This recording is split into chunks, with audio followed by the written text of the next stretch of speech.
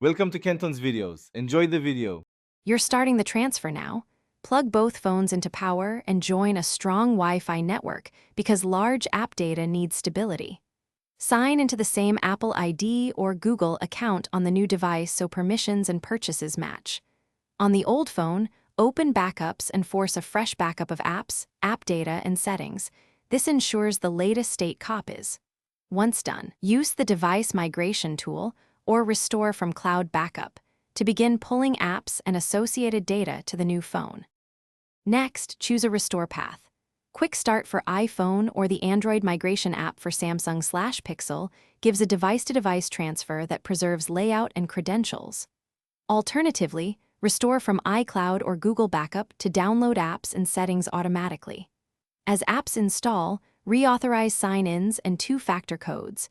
Make sure payment methods and notifications are regranted. If some apps won't restore, manually install from the App Store or Play Store and import data from the cloud within the app once. Finish by opening critical apps, messages, banking, photos, and games to confirm data integrity and sync status. Make sure background app refresh and location permissions match your preferences so updates continue. Reconnect Bluetooth accessories and set default apps where needed. If an app shows missing data, check the backup timestamp and retry the restore. Sometimes deleting and reinstalling that app, then signing in forces a fresh cloud pull. If problems persist, gather backup logs and contact app or device support for targeted resolution. Thanks for watching. Consider subscribing if we helped you.